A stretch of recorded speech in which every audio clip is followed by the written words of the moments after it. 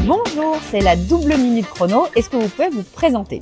Bonjour, je suis Raphaël Malcourt, Clermont-Auvergne Métropole et je m'occupe des pépinières et hôtels d'entreprise de Clermont Métropole. Et alors, quel est le lien entre les pépinières et hôtels d'entreprise de la métropole et finalement la création d'entreprises? Alors, la métropole de Clermont propose des bureaux et des ateliers spécifiquement pour les jeunes créateurs d'entreprises. Pépinières d'entreprise, ce sont pour les entrepreneurs qui ont une entreprise de moins de 3 ans et hôtels d'entreprise, une entreprise de moins de 6 ans. D'accord, il y a une spécificité. Et donc, n'importe quel type d'entrepreneur qui rentre dans ce cas-là peut venir s'installer dans une pépinière. Exactement. Il doit s'installer toute sa vie dans la pépinière? Alors, un jeune entrepreneur peut solliciter des locaux en pépinière d'entreprise ou en hôtel d'entreprise. Il y a une condition, c'est d'être installé sur le territoire Clermont-Auvergne Métropole. Ça, c'est la condition principale. Et la durée de location, c'est une location qui va durer au maximum 3 ans. Donc, c'est pour aider au démarrage de l'entreprise. Et alors, vous dites, il y a des ateliers également, c'est-à-dire quoi? Dans les pépinières, il y a aussi des rencontres. Comment ça se passe dans la pépinière? Alors, on a en fait un certain nombre de types de pépinières. La première, c'est une pépinière qui est connue à Clermont qui s'appelle Pascalis.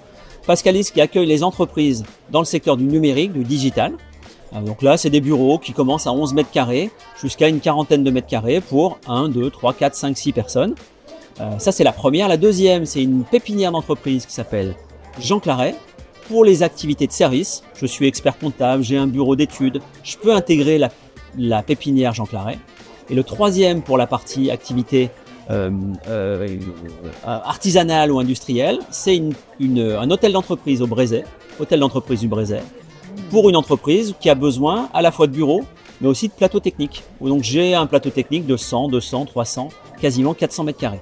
Et alors on voit sur vos flyers que c'est au prix au mètre carré, ça veut dire qu'en fonction de ses revenus et de ce qu'on peut mettre, on peut avoir des tailles différentes de bureaux, ça se modèle, comment ça fonctionne? Bon, en fait c'est très simple, plus je prends un bureau grand, plus il sera cher, oui, mais l'ordre de grandeur c'est qu'à partir de 180 € hors taxe par mois, je peux avoir un bureau pour 1 ou 2 personnes, ce qui sont des prix relativement attractifs sur le territoire de la métropole.